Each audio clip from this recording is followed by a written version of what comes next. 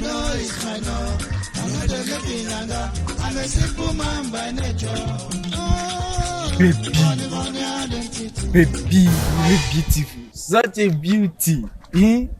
Such a beauty. You look beautiful. Baby, see.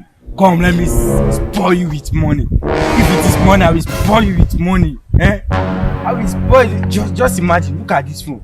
iPhone 11 Pro Max. I bought this phone 2.5 million. 2.5. Just look at it. Look at it.